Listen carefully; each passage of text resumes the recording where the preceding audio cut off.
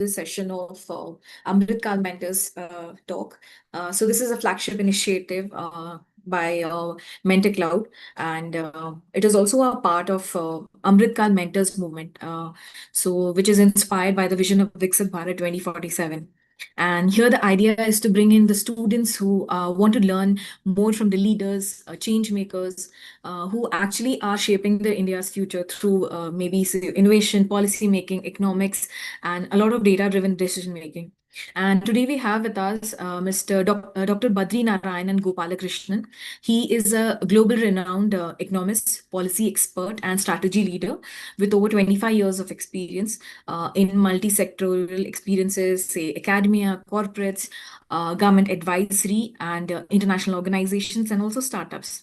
Currently, he is serving as a fellow at Niti Aayog, Government of India, and Dr. Badri has previously led major economic modeling and policy works with the World Bank, UN, SCAP, and as a Commonwealth Secretariat with the Columbian University, Cambridge Econometrics. And currently, he's also working with the government ministries across India and abroad. And he also specializes in a lot of things as like economic research and with some of the practical policy insights and all. And today he is going to help you understand what exactly is policy making and how like in our topic the evidence based modeling, how the data is being used for policy making of India's future. And I hope we learn a lot of different things, how impactfully, accurately the models are done, simulations are done, and the analytics model which is being used for all these policy making. Thank you so much, sir, for joining us. I understand that you are joining us from the other part of the world, and we all here in India, and sir is there in San Francisco, I guess. Seattle. Yeah. Seattle. Okay. Thank you, sir, so much for joining. And over to you, sir. Thank you very much, Reggie. It's a pleasure for me to address this audience. And uh, some of you may know that I'm also an advisor with Mentor Cloud, and Ravi is a great friend. So I'm particularly excited and thrilled to be part of this Amrit Kal Mentors initiative. In addition, I also, while at Niti Aayog, one of the initiatives I was heading was Viksit Bharat India 2047. So, and some of the things I'll be discussing today were actually directly used for the analytics and modeling to understand how should we move to 2047. So that's the introduction you gave is quite relevant in that aspect as well. So let me share my screen. I have a very simple presentation. It's not very flashy or very detailed, but I wanted to still show it and then uh, keep it relatively short and quick and give you some ideas and then open the floor for questions. Yeah. So basically, the topic I've been given to talk today is, um, how can we use different types of data and modeling, evidence-based modeling for government decision making, particularly. But in the poll, I noticed that many of you have engineering background, and in fact, so do I. So my first degree was actually engineering, and then I did my PhD in economics, and even till date, the knowledge I gathered from my engineering degree has been helpful, in addition to the economic research tools and my strong grounding in programming data and so on, that actually helped to work on these things. So a lot of the audience here who are engineers, I'm sure this may sound a little esoteric and very different from what you're doing, but what you are learning can directly be applied here. I'll try to explain that aspect through this presentation. And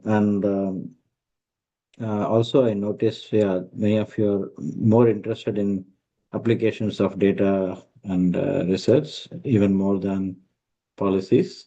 but I'm going to focus more on policies, but I'll definitely highlight the general applicability, particularly not just policies, but even for business strategies. How can you use these models? So some of my examples will discuss that. So the way I'm structuring this discussion is, to begin with, I'll give you a lot of topics and examples where we can use modeling and where we can actually combine interdisciplinary approaches. As I already mentioned, I have this combined background of engineering and economics, and that has shaped a lot of the work I've been doing over the years. And in fact, that is one of the uh, reasons why I always think in terms of solving a problem. So in order to solve a problem, you just have to take whatever tools you have in your disposal, whatever knowledge you have at your disposal, combine all of them and use them to make decisions. So now, if you are in the business of decision making, whether you are a policymaker or you are a corporate leader, you have to get inputs from a wide range of experts. Some of them may be scientists, some of them may be management experts, management gurus, some of them may be economists, some of them may be social scientists. Like I can keep listing a lot of disciplines who may be involved. Now, typically, you get inputs from scientists separately for scientific problems, management gurus separately for management problems, economists and social scientists for humanities, social science kind of problems. But what do you do when all the three intersect? And where are those instances where all these three broad areas? You can include, in scientists, you can include even, engineering focused scientists and regular scientists. In economics, you can also include other humanities and social sciences and management gurus. So you can think of these as three broad areas of expertise. When do they intersect, and how and where do they intersect? They can intersect when a particular problem in science or in business or economics in policy, it cannot be dealt with in isolation just using one discipline. So this is where I'm going to give you a lot of examples, and the examples I'm going to give you are based on some of my real-time projects done for different governments, international organizations, and so on. So let's start with climate change policy issues. Right? So everyone is talking about climate change today. When I first, as a PhD student, long time ago, and coming from an engineering background, when people told me about climate change and environmental economics, environmental policy, I was actually surprised. Like, what would an economist contribute to the subject of climate change, to the subject of environmental policy, what is environmental economics? Environment is all about science. So that's when I went deeper into that. In fact, I also got an opportunity to teach a course on environmental economics for master students when I was doing a PhD. So one thing all of you must know is most of the professors, teachers, lecturers, they learn on the job. So this is an example. So I actually learned on the job. So while I was teaching, I learned what is environmental economics, and of course I had to pretend to the audience that I'm a master of that. I know that, but basically, all of us learn before teaching. So yeah, and when I learned it, I realized that it's a very deeply economic subject as much as it is a scientific subject. So here are some examples, like some issues, right? So now, when you are, let me just use the laser pointer. So yeah, so when you are growing economically, when let's say, like let's take 2047, our goal, our Prime Minister have set a goal that we have to become Viksit Bharat or developed India. So we have to become a developed country by the year 2047. What does it mean? Does it mean that we are going to just keep increasing our production and productivity, GDP, and so on? Uh, what are the implications of that? Now, one implication could be that our emissions can increase. Why? Because if the technologies do not change substantially, then let's say, for example, we use a lot of coal for producing electricity. And now, if you are increasing, let's say, AI capacity, we are developing AI data centers, they need a lot of energy. And for all that energy, we are going to burn a lot of coal if we do not move away from coal to solar and hydro and so on. Now, if we move, even if we move, it may still not be sufficient. There may still be emissions because you are growing 10x and the renewables are only growing, let's say, 6x or 7x. So there will still be some use of coal and other fossil fuels, so emissions will increase. So how do you know that? How can you actually quantify this? That is where emission factors come to the picture. What are emission factors or emission intensities? These are basically um, a measure of how much emissions are generated when you produce 1 unit of something or produce $1 worth of something. Let's say you're producing a car, you're manufacturing a car. To manufacture the car, you need steel, you need plastic, um, directly you need electricity, indirectly you need fossil fuels, you need coal for producing steel. So all these things are needed. So now each of them have carry some emission factor. Like if you want to quantify emissions, you have to see how much fossil fuels are used because fossil fuels are mainly going to cause the emissions. Ultimately, how much coal is being used for electricity, for steel, how much coal is used. And in order to produce plastics, how much electricity, coal did we consume? So all these things are taken, and then you'll see in order to produce one car, you can see how much coal is needed, how much oil is needed, how much gas is needed, how much electricity is needed, and how much of that electricity comes from coal, oil, gas. All these things can be arrived at from an economic point of view. In economics, I later talk about a concept called input-output tables, and there we capture all this. And then we also scientifically we know that a coal, if you burn 1 ton of coal, there will be X million tons of CO2 emissions, metric tons of CO2 emissions or whatever. So those are the emission factors. So when you combine the emission factors with the economic models, you can actually see how much emissions are generated because of various policies. And those policies, like this example I gave you, 2047, India 2047, these are not necessarily policies that are aimed at increasing or reducing emissions. They're aimed at economic development, growth, trade, whatever, but they have this byproduct or impact on emissions. And that can be captured using these factors. And we have done a lot of work on this. In fact, recently we did some paper on AI data centers and how much emissions are generated from that and what is the impact on emissions overall, uh, taking the case of US. Secondly, the other way around. How can we incentivize organizations, businesses, companies to reduce emissions or abate emissions? What kind of policies and strategies should we bring about? Because scientifically, we know that emissions have to be come down, brought down. But science cannot solve the problem of how do we incentivize, how do we ensure that all the players in the economy have an incentive to reduce emissions. That has to come from economics and data and modeling, which I'll talk about later, right? So okay, maybe I can briefly tell you. Why would you need economic models in this context? Why would you need data in this context?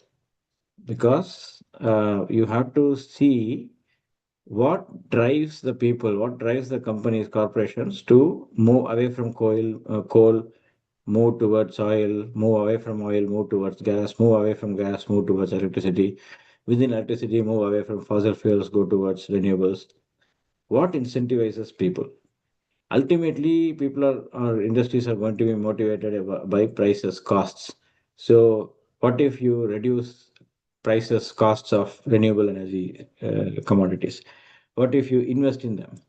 What if you eliminate investments in the fossil fuel sectors? How do you desensitize that? All these things can be analyzed, and then all these things have repercussions, and you have to understand. It is not like a linear problem that okay, you do this, it's all. You have to look at all the pros and cons of all these policies, and that is where you need data and modeling. A third example here is the economic impact of emissions and their abatement. Okay, the first two examples. The first example, we talked about how emissions come from economic activities. Second is how you can use economics to reduce emissions. And third one is what economic damage can emissions cause, right? So nowadays, many businesses are saying that, okay, you are asking us to reduce emissions, but reducing emissions is expensive. And that is what you see in the second thing, right? There is a cost of abatement, cost of reducing emissions. So now you can say that, okay, yes, there is a cost, but then if you do not reduce emissions, what could be the impact? If emissions continue to increase, your temperatures would increase, and then you will have a lot of natural disasters, and that may cause your bottom lines to go away, like even from an economic perspective. So that economic impact assessment of emissions also can be done, and we have done some of that to see if 1 ton of carbon dioxide is emitted, what is the economic impact, or how much GDP loss happens because of that. And similarly, economic impact of their abatement. So if you're abating emissions, if you're reducing emissions, who is going to lose the job? The coal miners are going to lose the job, for example. The fossil fuel industry, people are going to lose jobs, but they have to be absorbed in the renewable sector. So these kind of analysis we have to do. So nowadays we are doing a lot of work on this energy transition and what is the impact of that on the economy and so on. Every country has this net zero emissions plan, and we are working on that. And another thing is, this is something I already mentioned, environmental impact of economic policies not directly related to environment. In the very first example, I was telling you that Vision India 2047, also, we were looking into these things. How would our aspiration to become a developed country by 2047 have environmental impact? Although the policy itself is not aimed at increasing emissions, but emissions will increase. How do we avoid that? And maybe that can be done through technological change, move away from fossil fuels and so on. So that those kind of environmental impact can be assessed. And if there is environmental impact, we can modify the economic policies. Next thing is different types of pollutants and the need for economic policy coordination to abate them. So now this is a very interesting problem. I did an analysis, I published a paper on India's ambition to reduce CO2 emissions. We want to reduce carbon dioxide emissions. We want to reduce greenhouse gases. But then when you do that, we are helping the whole world, because when you're reducing these emissions, global warming will reduce, climate change globally would get mitigated. But then, how many of you are in Delhi here? Cannot see all of you, but yeah, maybe quite a few, maybe from Delhi, and you can talk, you can give a longer lecture about the pollution, the air pollution. Then I have myself experienced that quite a few times. So, you know, uh, is that has that does that have to be a priority for a country like India, or should you worry about CO2 emissions and greenhouse gases, which are global priorities? Okay, so that is an interesting question. And the analysis we did was to see if you reduce the CO2 emissions, what would actually happen to the particulate matter, PM 2.5 and so on, which are air pollutants, basically. And the results are mixed. Sometimes the air pollutants can fall even when the CO2 emissions are falling. There can be a one-on-one correspondence or some correspondence between them. But I've seen also some examples where reducing CO2 emissions can lead to increase in air pollution. So it all depends on how different sectors interact with each other. So that is something we have to look at, how the how do the interlinkages between sectors happen. For example, in order to reduce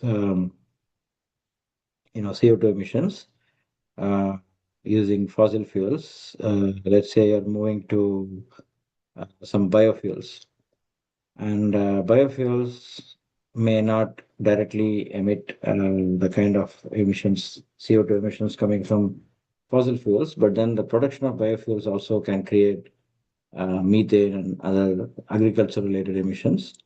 And some of the again in Delhi, coming back to Delhi, in Punjab, Haryana area, the stubble burning also leads to huge air pollution. So in order to produce biofuels, if you employ a lot of agricultural lands, that may lead to other kinds of problem, pollutants and so on. That is an example. But if you effectively coordinate, then such things won't happen. For example, in the US, they have a policy to reduce air pollution, and there is another policy to reduce greenhouse gas emissions. So now, if I give you an example, in order to reduce air pollution, they say that you should not at all use biomass, like what we call in India as firewood, a more polished version of that, biomass and pellets and so on. They say that they should not be used. So now what happens is, when you're stopping their usage, what is the alternative? They're going to use gas, natural gas. So natural gas is going to generate CO2 emissions. And the wood products, in a country like India, we don't have a lot of forests, we don't have a lot of wood products. But in the US, there is a lot of forests. And unless you produce wood products, forest products, the forests cannot be maintained. Forests have to be maintained in a sustainable way. Only if there is human intervention, that can be done. So if people go and produce something and clean the forest, and then do some controlled and prescribed burning, uh, then it's better. And if you're not using these for fuels, then you're again creating some particulate matter. And now, in this example, you're generating both CO2 emissions and air pollution, both. You're trying to avoid air pollution, but you're creating both. Now, a better policy would be, yes, for all purposes, you can use biomass, pellets, and so on, but then make sure that those air pollutants don't come out. You can harvest them within. There are good technologies to do that, so the emissions won't even come out. So then you don't have air pollution, you don't have CO2 emissions. So those kind of policy coordinations have to be done. I already talked about this emissions from clean fuels or renewables. I told you about biofuels already. I don't have to repeat that. But what about windmills? When you're creating capacity for wind energy, uh, you're actually in order to build those, construct or manufacture those wind turbines, you need a lot of energy. You're emitting a lot of greenhouse gas emissions. And then once you fix them in various places, you're obstructing the path of birds and biodiversity. That also affects the environment. Many of you might have, particularly South Indians here, might have seen this movie called 2.0, which was by Rajnikant. It was mostly one of the main character there, which actually was played by, I think, Akshay Kumar, was all about the mobile towers coming up everywhere and that killing the birds. And a very similar thing can be said about windmills also. So that is another example. And then hydroelectric power, all of you know very much how it leads to displacement of people, and unless you take care of the people who are getting displaced, that can be a challenge. So there are emissions, there are environmental implications, societal implications for clean, what we think of as clean fuels also. So we have to be very careful how do we come up with the mix. And then the trade, environment, and climate change. So international trade. Generally, in a country like India, we have been very closed for many decades. So we are not very open to trade. So whenever we talk about trade, we think, oh, trade is going to destroy our culture, destroy our environment, and so on. But actually, that may be partly true. Some of the products that are traded can lead to these things. We're getting this consumerist kind of culture and so on. But trade also can be leveraged positively for environment. For example, let's take a crop like, let's think about sugar or sugar cane. In southern states in India, there's a lot of sugar cane happening, cropping happening, but then that needs a lot of water. And many of the southern states, particularly my home state, Tamil Nadu, we don't have a lot of water. So why should we do that? Instead of cultivating sugarcane, we can cultivate millets and other climate resilient crops, and we can import sugarcane from either from within India. We can get it from Maharashtra and northern part of the country where water is abundant, or we can import from other countries again where water is abundant. And the same thing can be said for forestry products. So we don't have to cut our trees in India. We can preserve the trees, but you can import wood products from the developed countries which have a lot of greenery, right? So those kind of things, how trade and environment interacts with each other, and how can we work on climate change through that. So these are all climate change related issues. Now let me move to the next topic, and that is general public policies and planning. The first example is infrastructure development. So when you're building a new highway, um, how do you decide whether to build a new highway or not? How do you decide whether we have to come up with a metro station, metro, not a, yeah, maybe station, or even a whole metro project? Like my hometown is Coimbatore in Tamil Nadu, and there has been a talk about introducing metro system there. I see some merit in that, but I also think maybe it's not. Some people may argue that it may not be needed. So there can be arguments happening, but somebody has to look at the data and see what is the benchmark. When would you go for a metro project? What kind of congestion can be solved by that? Sometimes you may be using the wrong solutions for the solutions that did not match the problems, right? So for those things, you can do a lot of analysis to see what kind of infrastructure development should be done. What is the appropriate kind of infrastructure development? Second thing is how a particular road being constructed, civil engineering projects, what kind of economic activities can they lead to? Similarly, development of new cities, industrial areas, how can they help the regional economics? Like Gift City in Gujarat, what kind of impact it's having on that whole region, Gujarat state, and so on. So these kind of things also can be done. And NEOM, many of you may know, it's a big linear city in Saudi Arabia. We did some work on that and what kind of impact it's going to have. We can also get into pure sciences and combine them with economics. For example, the first study, I did a study on how the movements of ships from one country to another for trade can affect the ocean, the ecosystem in the oceans, in the seas. The ballast that is created when they move that can affect a lot of aquatic living beings. So how are different living beings affected by economic activity? So this is an example. And here you have to understand biology, ecosystems, and so on, and then combine that with economics. And not all trade are created equal, right? So some oil trade, maybe oil is heavier, cotton may be lighter. So a ship carrying cotton can cause less damage compared to a ship carrying oil. So we can look at all these different possibilities, physics, chemistry, biology, all these combinations can be thought of. Another set of studies we did was about toxic and pollutant content of businesses and how they affect human health and animal health.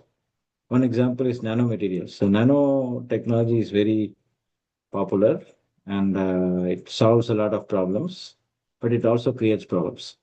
So European Union and even in the US, they have come up with regulations to control the use of nanomaterials because they can get into the human beings, into animals, and that can cause a lot of health effects. It can they can be toxic, they can be pollutants.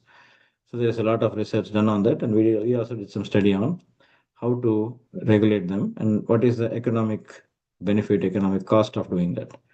Economic cost is evident because it's going to affect a lot of different production. A lot of products today are linked with nanotechnologies, nanomaterials, so they all will be affected. And we can also think about control policies. How do we control risk factors like tobacco, alcohol, uh, ultra fast foods, ultra processed fast foods, and so on. So we did a lot of work on this. If you reduce tobacco control, if you control tobacco and reduce tobacco by increasing taxes and so on, it's good for health and that has some economic value because if people live longer, it's good for the economy. Because if people live longer, they're going to contribute more to the labor, employment. They're going to be more productive.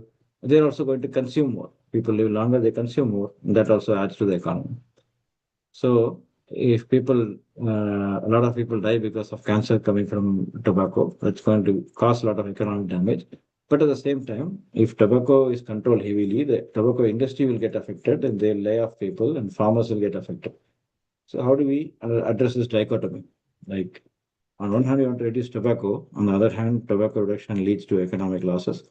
So the answer is maybe, yeah, the taxes you collect from tobacco, take that money and invest in the people who are displaced from tobacco sector, get them better jobs, better professions, occupations. So that's another thing. And similarly, BPA in plastics use this bisphenol acetate, which is also very toxic, carcinogenic. And we did a study on that as well. How reducing that can affect the economy and health. And there are many other topics in health economics, investing in healthcare infrastructure, how can it save lives and how can that help the economy, and so on. Another aspect is I know again many of your engineers, the connection between technologies and economics. The first point is how do economic policies and activities shape technologies employed in production? How do we incentivize the use of AI today? That is an economic question. I've spoken to many of my friends who are in the large tech companies like Zoom and Microsoft and Amazon and so on. So they all say that we have wonderful solutions, but people are not taking them up enough. And maybe that's because of some economic behavioral reasons, because they are scared that people will lose jobs. And if the senior people are having to let go people working below them, and their headcount will fall, and then their power will go away, and they also may be removed. So people are worried about that, and so the adoption of AI is lower. So what kind of technologies people can use in production depends on both policies and economic activities at the ground level, and we can do some analysis there. In fact, I remember when I was doing my PhD, I did some study on um, adoption of energy efficient technologies. What is economic, uh, you know, like how do we analyze economically? So we went in Mumbai, we went and collected data from small industries on the field and asked them a lot of questions as to why don't they use fluorescent lamps which are energy efficient? Why don't they use other technologies which can save energy and so on? So some of that could be because of lack of knowledge. Some of that could be because lack of funding and money. The wide range of reasons. So we looked at all that and connected that with some economic research and modeling using data. Another thing is how can technological changes, like coming back to AI, how can AI cause changes in economic performance and productivity?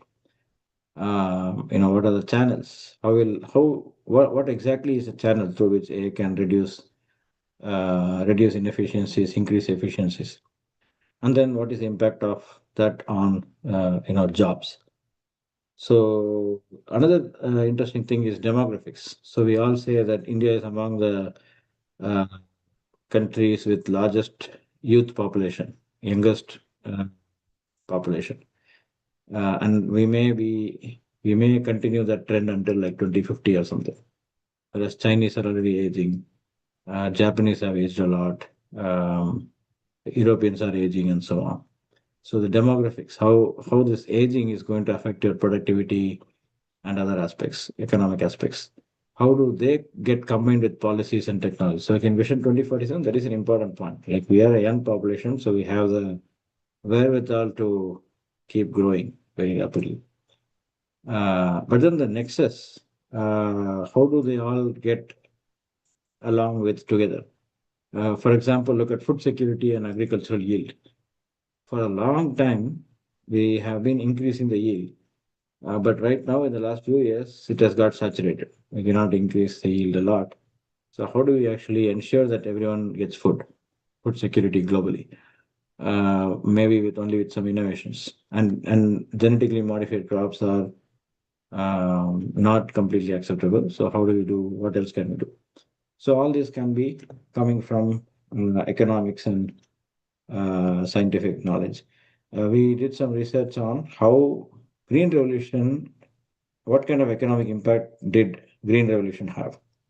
Economic impact of scientific research. In fact, I've been talking to a couple of friends, mathematicians and biologists, on to understand what is the economic impact of mathematical research, biology research, and so on. Because these are fundamental sciences, they take a very long time to make impact on the society and the business. But because just because of that, developing countries not invest a lot in those kind of scientific research, but we should, because whenever they create an impact, the impact is going to be huge. The Western countries invested heavily on this kind of research, and several decades after that, that is creating issues. That is. Want sleep it up?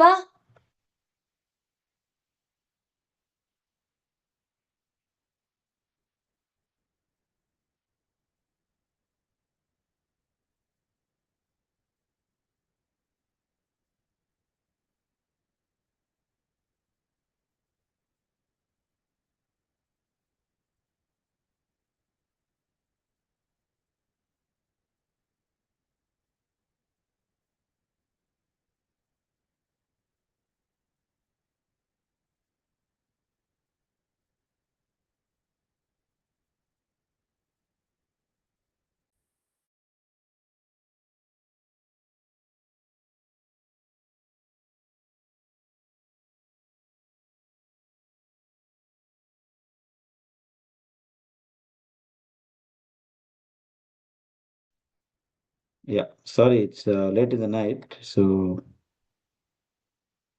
my son is a little disturbed. So I'll continue. I think I might have to reshare.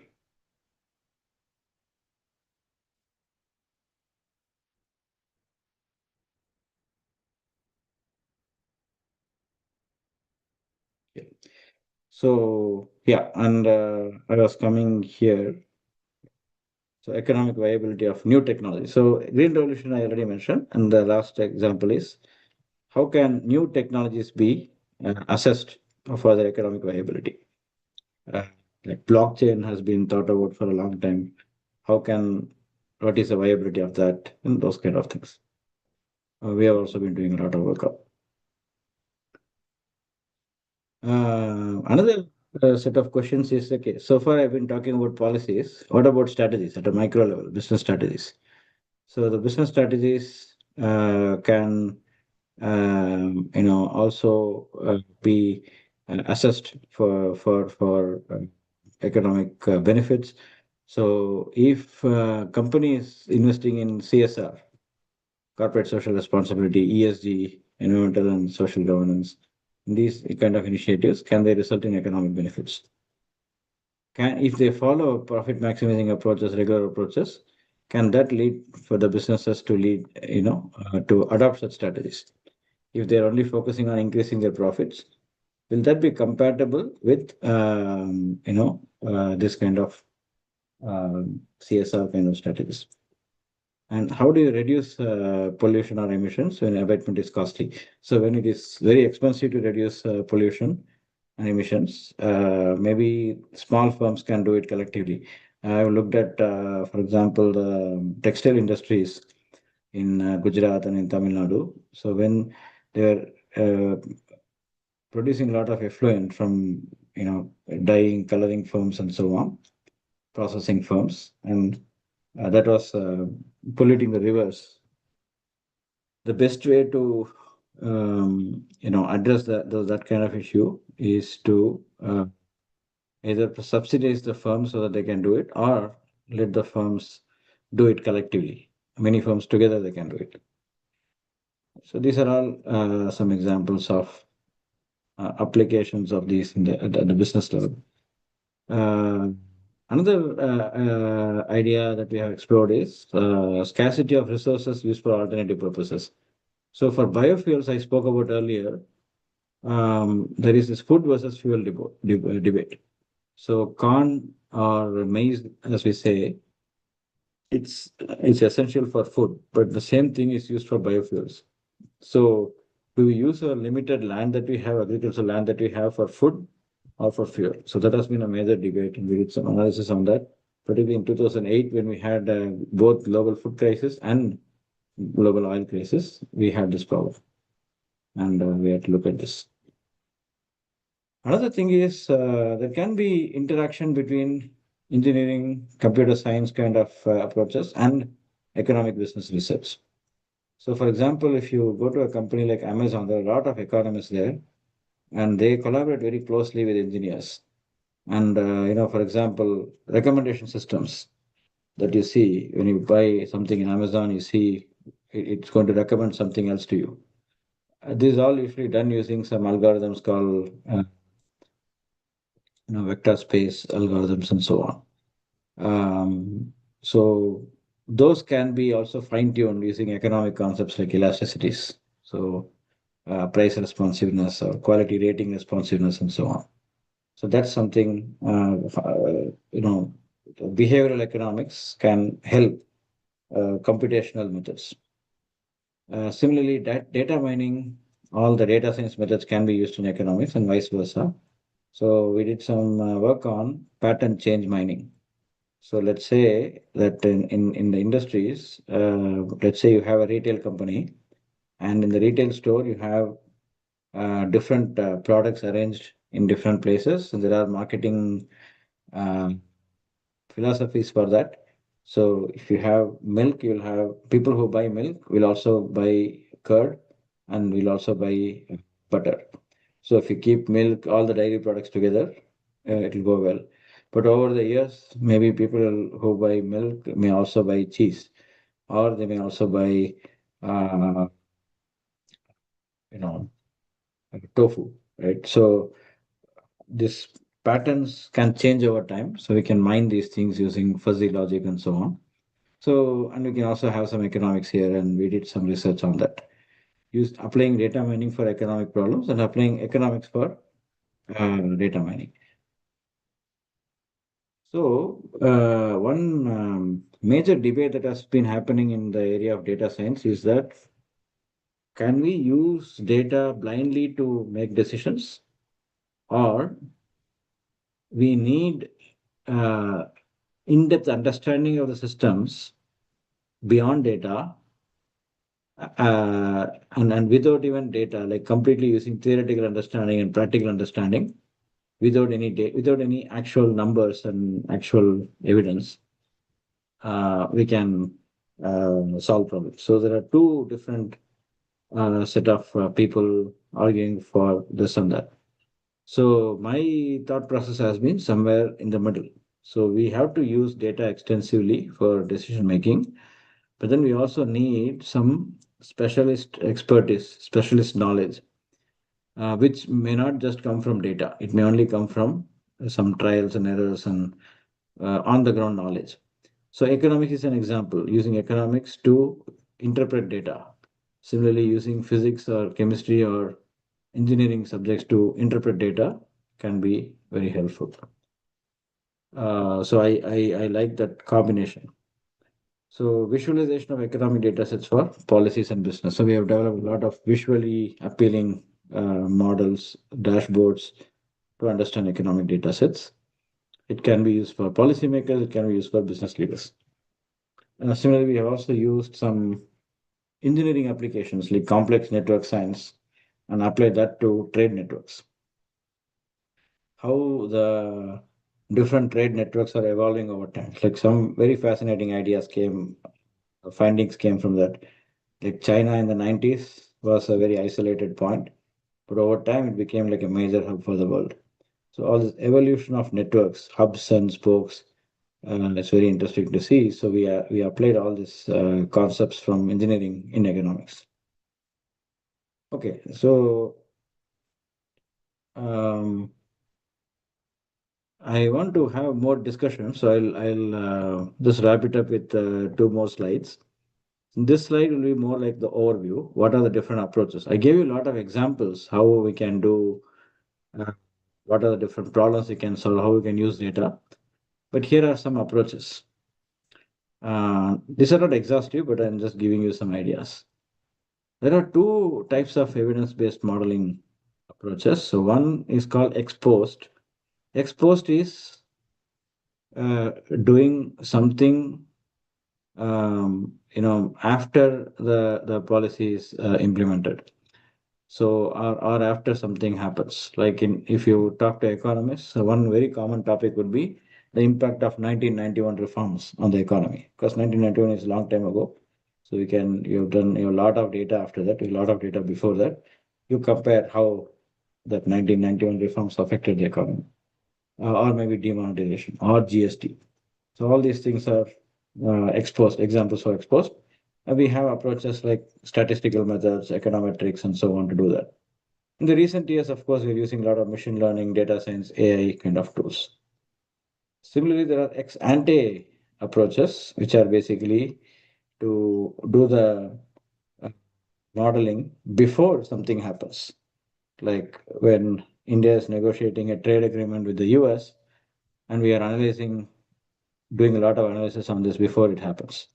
We are running many scenarios for the future. Like what if we agree this to the US? What if the US we push the US to agree on this, reduce the tariffs and so on. So these are all various scenarios.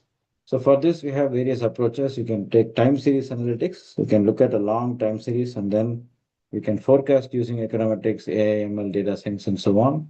When you forecast, you can see the future. You can get an idea about the future. But typically, forecasting is just a band or a point, but it's difficult to say what will lead to lower band, what will lead to higher band.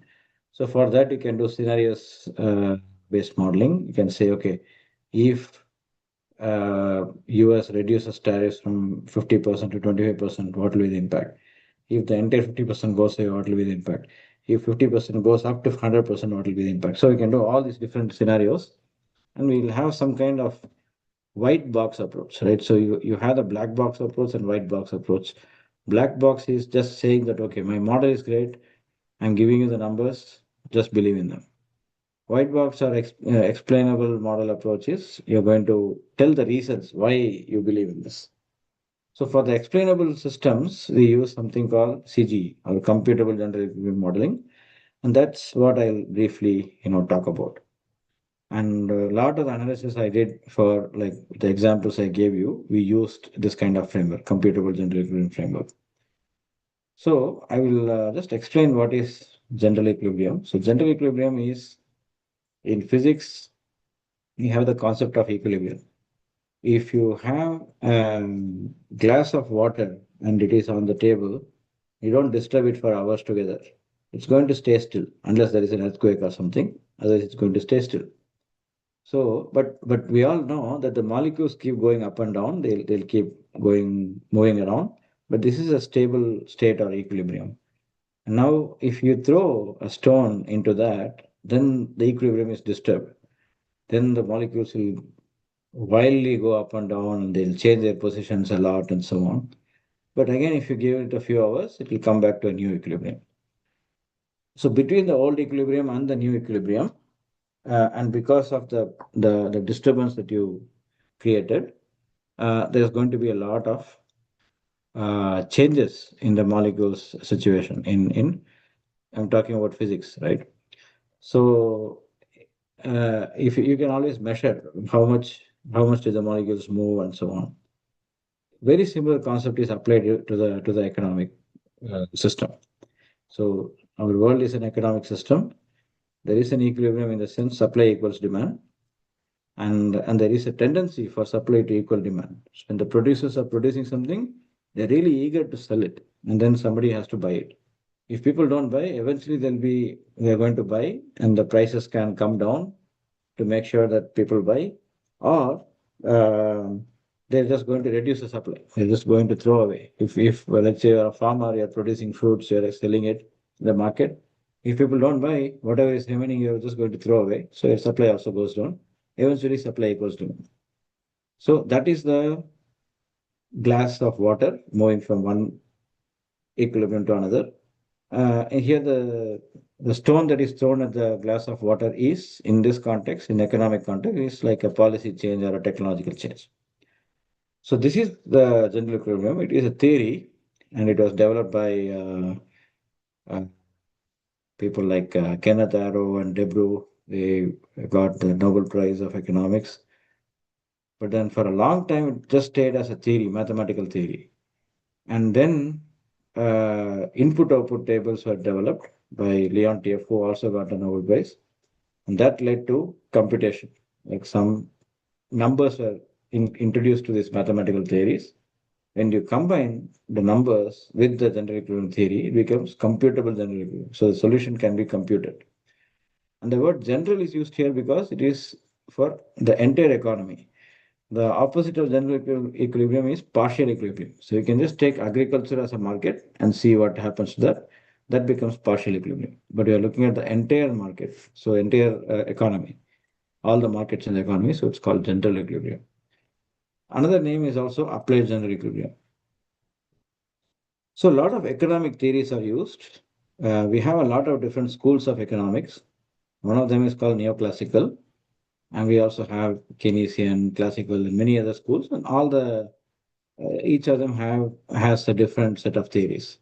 So we use these theories of production, consumption, and so on, and we also can use alternative theories here. So this is just an example. I'm not showing you the other, examples. Econometric statistics. You're pretty aware of statistics. Many of you might have already seen. Machine learning again is a buzzword you don't know. So I just want to introduce something that you not have heard of before. That's why I'm talking about this particular type of modeling, which can be very powerful. So in CGE models, there are many components. The first set of components are agents. Somebody has to make decisions. So producer make decisions on what to produce. Consumers make decisions on what to consume, how much to consume, how much to produce, how much to consume.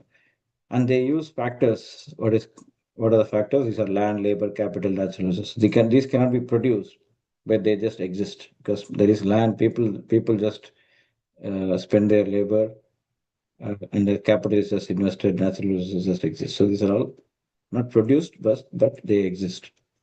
Commodities are different products, and they can be goods, they can be services. They are produced and there are markets for commodities and factors, supply and demand, and then supply has to meet demand. So, and the equilibrium conditions is if there are 100 markets, one market can be about rice, another market can be wheat, and so on. So if there are 100 markets in the economy, if 99 markets clear, in which means that in 99 markets supply equals demand, then the 100th market also has to clear. So that is the equilibrium set of equilibrium conditions. Then you have welfare analysis to see who is losing, who is gaining, and so on. There are many examples of these CGE models. So one is GTAP, Global Trade Analysis Project, and I used to work very closely there. Even now, I work closely there as a board member. It is at Purdue University in the US, but it's a global data center model. It is the only freely publicly available model. All of you can search for it and work on it. If you have any questions, you can also ask me. So it can be readily used, off the shelf used for a lot of powerful purposes. There are many other models which are developed by different organizations. Globe is developed some academics in Europe, and Envisage is developed in the World Bank now. Linkage is with the OECD. Impact is with IFPRI, International Food Policy Research Institute. Usage is the US government. India also has its own CGE models. NCAR has its own. IGADR has Institute of Economic Growth and so on. So these are all some economic models. I talked about general equilibrium. So I also told you that the opposite is partial equilibrium. Why cannot you use partial equilibrium all the time? You can use it for certain instances, but not all the time. Why? Because it takes agriculture as a market and just analyzes that in depth, but it assumes that the rest of the economy doesn't exist. So it assumes that in reality resources are finite, but you will assume if you only have an agricultural model, you'll just say that okay, whatever subsidies that the farmers need, we'll get it from somewhere. So if the subsidies increase, somebody has to pay those subsidies. Who will pay for that? Or if taxes are cut, who will pay for that? If taxes are raised, what will happen to that revenue? So all these things are not there in the partial equilibrium models. Also, if agricultural sector increases, it also leads to increase in wages and factor income, and that also leads to increase in demand for agriculture. So this kind of feedback effects are not captured there. And rest of the economy is just taken as an external shock. Econometric models are also great, but they also have similar limitations. So I can keep going on and on with all these technical details, but this I would suggest that we can take a pause here and open the floor for questions. And if there are questions, then I can focus on them and answer them. I think I don't see any question. If you have any questions, you can put it up on the chat. Dr. Badri, I have a question. So if somebody is from the engineering background and they would like to transition into public policy, modeling, and economic research, so especially in India, so what are the roles? How can they do that?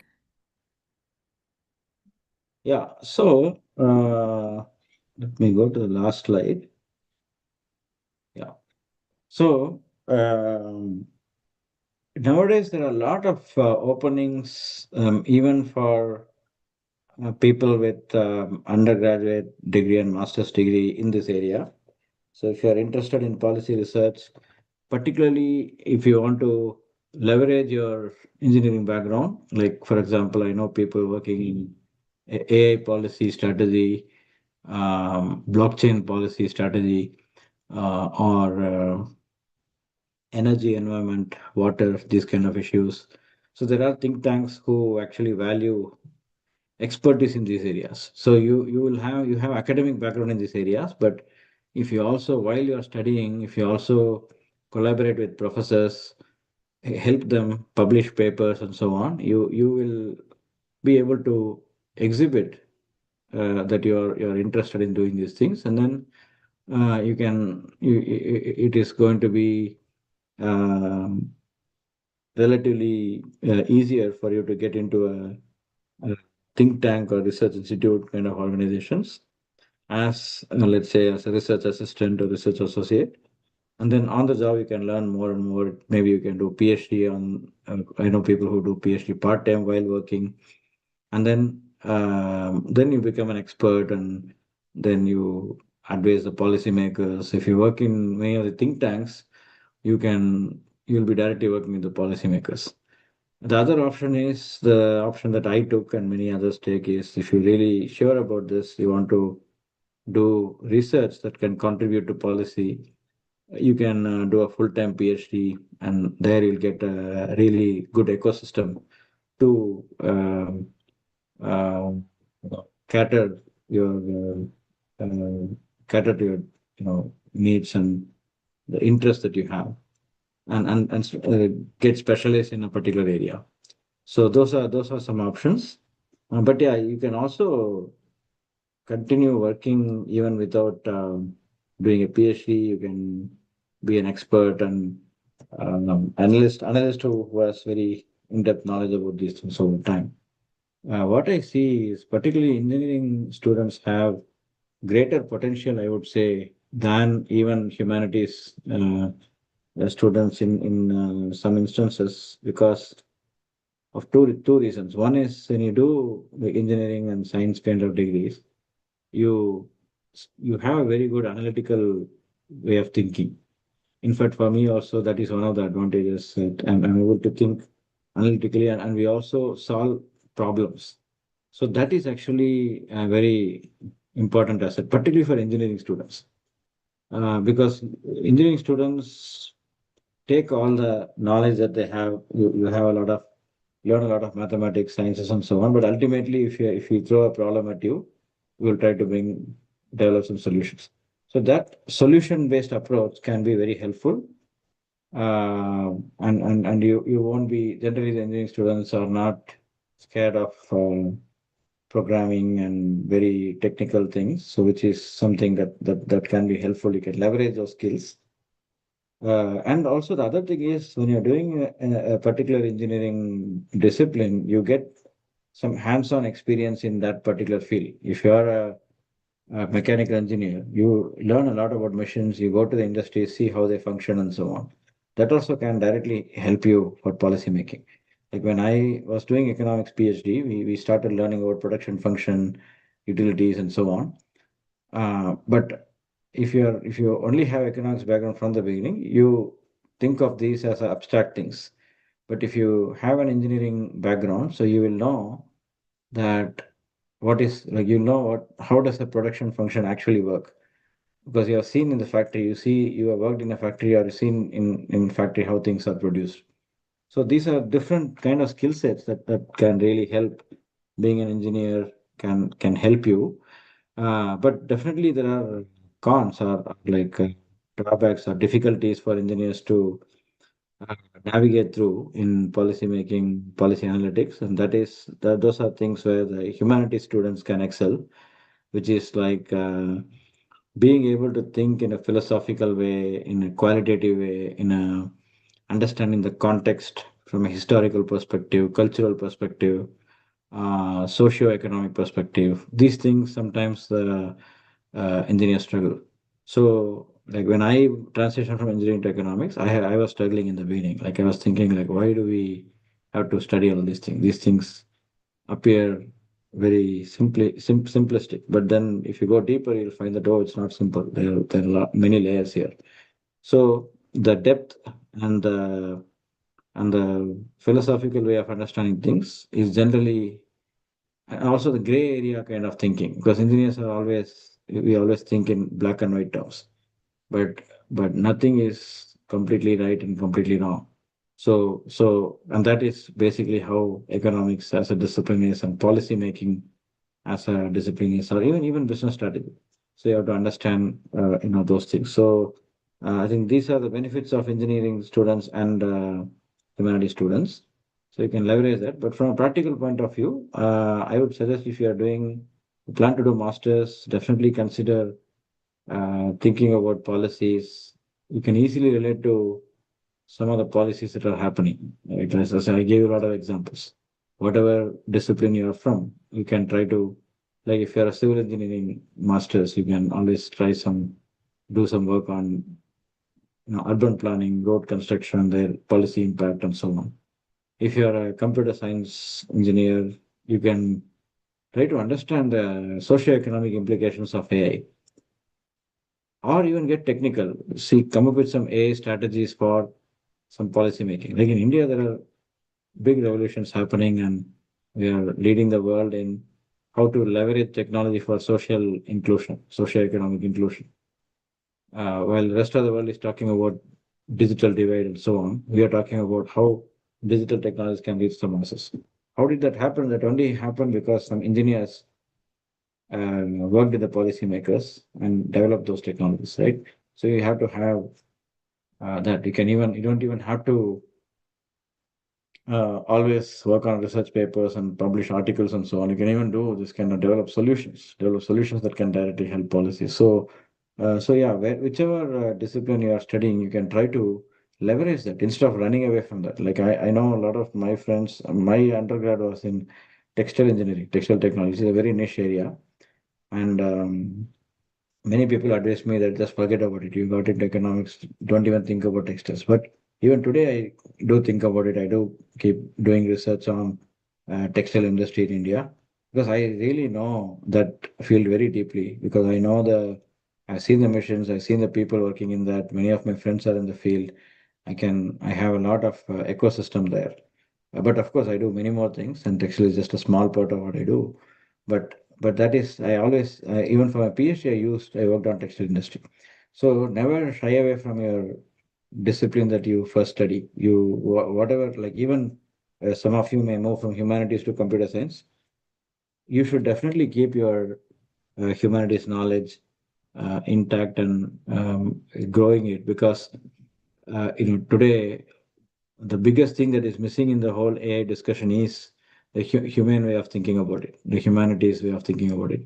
So that can happen if you have a humanities background in undergrad, and then you do a master's or then you get into uh, computer science. You'll have a great future because you know both side of things. So I would suggest that yeah, take your first whatever you're doing first. Don't abandon that. Keep that throughout your career. Keep that knowledge intact, keep that connection intact throughout your career. Don't run away from that. And keep adding things on top of that. And it's not, as I told you, my own profile, I still do textiles, but I do many more things. Maybe in my portfolio, textiles will be like 5%, but that 5% is also significant, right?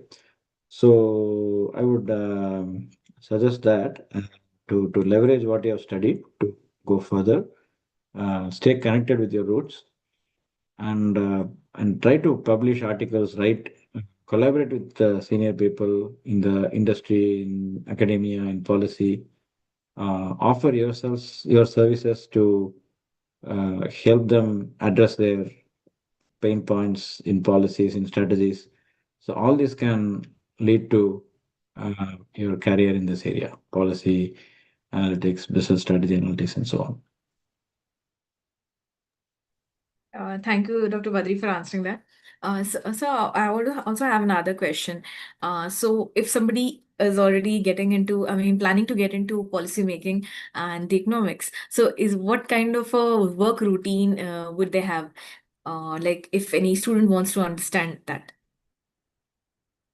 Yeah, there is a wide range of career options in policy research analytics. Some people prefer field-oriented research. So your typical day can be going to the villages, going to the industries, talking to the people, gathering information, and then come to your office and summarize all those things. And maybe today's day and age, you don't have to even take notes. You just record things and then transcript those things and then start analyzing them and doing research.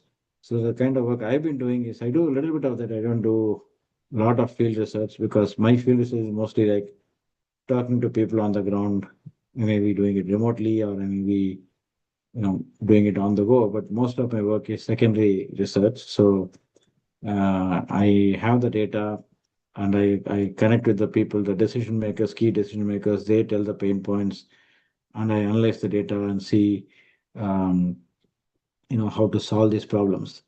But like initially, you're going to focus on very specific things. And probably when I started my career, I was probably doing just one problem at a time, one project, one problem at a time. Go deep into that and spend a lot of time and maybe write a book on that, do a long report on that, and so on. But over time, what happens is you learn multitasking, you learn delegating. You have a team, many people work for you, you collaborate with them. So for me, a typical day would go on a lot of meetings. I meet with the clients, with the governments, with the industry people, with like they can be ministers, they can be senior bureaucrats, all over the world. They can be business leaders. So have meetings with them. They'll say, okay, I need this, I need that. I'm really in a dilemma. What do I do? How do I solve this problem? Then I say, okay, give me some time. I'll think about it and get back to you. Then I'll come to my team members. I'll talk to them and say, okay, this is how we have to approach it. This is the problem. This is how we approach it. And I'll also ask them, do you have any other solution? It can never be like a one-way thing. We have to do both top down and bottom up, right? We have to gather all the different possibilities and then do the analysis and come up with the results. So yeah, for me, but personally, any day is full of these meetings, and then I spend some time. I'm even now I do a lot of hands-on work myself, irrespective of my team and others. I also myself run many of these models and so on. Even when I was at Niti Aayog, I was doing that. The reason is that I like that. I like doing that, and I also want to maximize the output we can get. So okay, team members are doing something, I'll do something else, so we can work on multiple projects together. So yeah, it's all focused on when as you grow bigger and bigger, your focus is on impact. So you're not thinking about okay, I want to finish this one project and get this publication out, this report out, and so on. It's more about okay, you're talking to all these leaders. Each leader is in charge of millions of people in the world. The answer that you're going to give them is going to touch all those people. So do a careful analysis and give them proper advice. In many countries, many leaders take this advice very seriously. They don't even do anything beyond that. Once we tell them this is what they have to do, they just go ahead and do that. So we have to be very careful. So it's a lot of responsibility too, because although I'm not the decision maker, but the decision maker completely relies on me. So I have to be very careful. I cannot just do a quick, and many times they want things very fast. And that's why we have to work very long hours. Everyone thinks that they are the only ones we are working with. So I'll be working with some 100 people, and each of them will think that I'm the only one. So they are the only one I'm working with. So we have to, you know, it's not about honesty, but we have to give them that comfort and feeling that yes, we are dedicating significant part of our thought process and time for them, because that's very important. Because for everyone, their problem is crucial, but you are working with multiple people, so you have to give importance to each and every problem.